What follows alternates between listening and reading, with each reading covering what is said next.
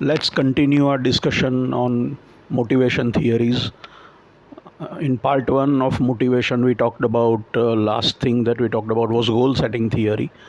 The next is equity theory. Equity theory says that individuals compare their inputs and the outcomes with others.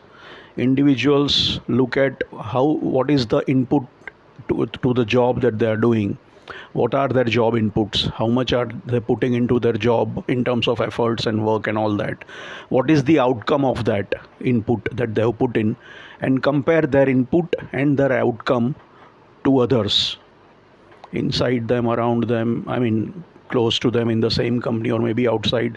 And then when they see differences, inequity or injustice or unfairness or inequality, they try to act to reduce that or bring about equity.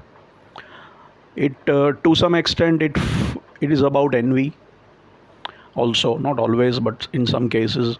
Envy or jealousy is also a powerful motivator. Charlie Munger, Warren Buffett's long-time associate, has recently said that we talk of greed and fear, but envy is also a very big motivator. So envy plays some role in some part of this trying to bring about equity. So what happens in equity theory? Individuals compare their job inputs and outcomes with those of others and then respond so as to eliminate any inequities. So how do they do that? When they perceive inequities, they may do various things. What do? They may either change their inputs, reduce their efforts. If they see that what is the point of, I am doing so much and not getting enough when I compare it with others, so I am not going to work so hard. Or they change their outcomes. Sometimes they feel that, you need to do more. If a worker is working on a piece rate basis, he gets paid on how much he produces, quantity of output. One piece he produces, he gets money. 2 pieces he gets more. 10 pieces he gets much more, multiplied by 10 and all that. So then, if they are paid on a piece rate basis, they would like to increase their pay by producing a higher quantity units of lower quality. You get paid by pieces, and if quality is not considered, then you just try to churn out as much as possible because you will get paid more. So you try to increase your output without worrying about quality so that you get more money. Again, comparing with others. They might change perception about oneself as a result of this analysis. I used to think I worked at a moderate pace, but now I realize that I work a lot harder than everyone else. I thought that I am okay and others are maybe doing more, but now I see that I am doing much more, so fine. Or maybe you shouldn't do so much. They may change or distort perception about others. For example, Mr. X's job isn't as desirable as I previously thought it was. I looked at it, I looked at what I am doing, what I am getting, what he is doing, what he is getting, and I see that earlier I thought, his job is very good, but now I don't think it is that good compared to mine. They may choose a different referent, a different frame of reference, compare with somebody else. I may not make as much as my brother-in-law, but I am doing a lot better than my dad did when he was my age. So, okay, fine. X is doing better than me. Fine. But I am doing much better than, my dad when he was my age. So, theek hai, not a problem. Or just quit, leave the field, quit the job. Then there are other 4 propositions when there are salary differences.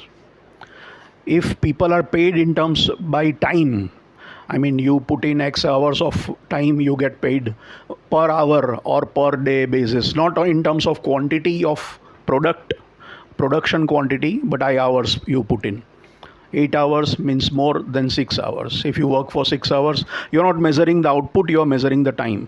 And if the payment is based by time, then people who think they are paid more and see that they are paid more than others may actually produce more to bring about equity. This is the good part of equity theory, where I am trying to reduce equity because I see that others are paid less, I am paid more, so I should work harder. That's a good thing.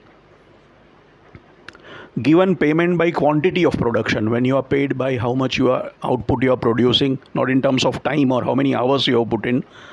People who are paid more, people who think they are paid more than others, what they will do, they will produce fewer pieces but of higher quality. Again, it's a good thing. They think they are paid more, so they should do a better job of it than the others, or so that others who are not so lucky, they come to par, or there is equity.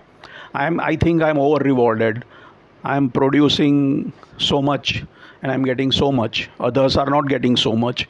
So maybe I should not worry too much about making too much stuff, but make better quality stuff. Maybe less stuff, but more higher quality. So focus on quality rather than quantity. This is also a good outcome, a positive outcome. Again, payment by time, when you don't measure production, but you are paid on an hourly basis or daily basis or weekly or monthly basis in terms of time. People who are paid less will reduce their output. They are unhappy that others are getting paid more and I am getting paid less. So why should I work so much? So I don't want to produce so much. I don't want to put in so much work. I don't want to worry about quality also. So I'll produce poor quality output or less output. So that is a bad thing of equity. Because then again, everybody is trying to come to the same level.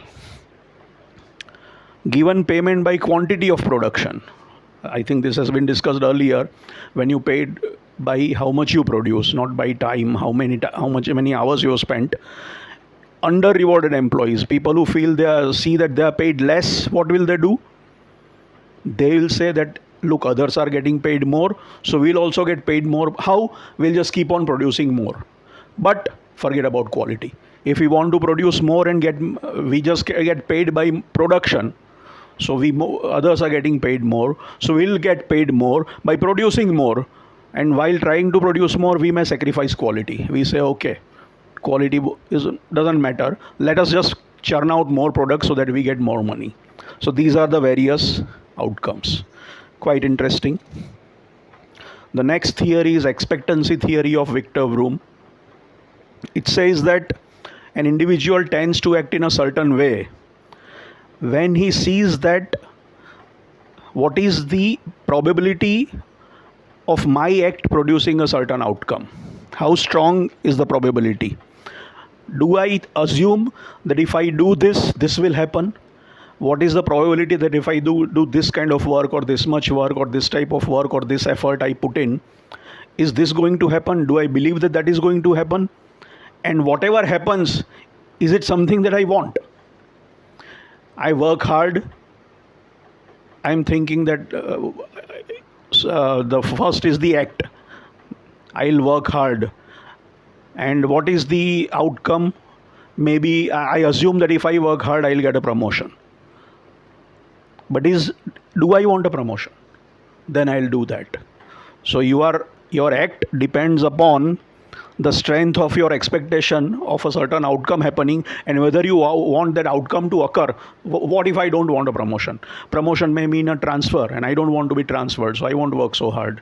Because I think working hard will lead to promotion and I don't want a promotion. So there are three things. My act, my expectation of my act producing a certain outcome, and the attractiveness of that outcome to me. That will define how I act, my tendency to act in a certain way, or my level of motivation to pursue that act or that task or that job. Right? So these are some of the theories of motivation. The last theory that I would like to talk about is flow and intrinsic theory of motivation. Intrinsic motivation theory is you achieve motivation without any extrinsic rewards or this thing. That happens when people experience feelings of choice. They think they have a chance to select what they want to do. They are able to select tasks that they want to do.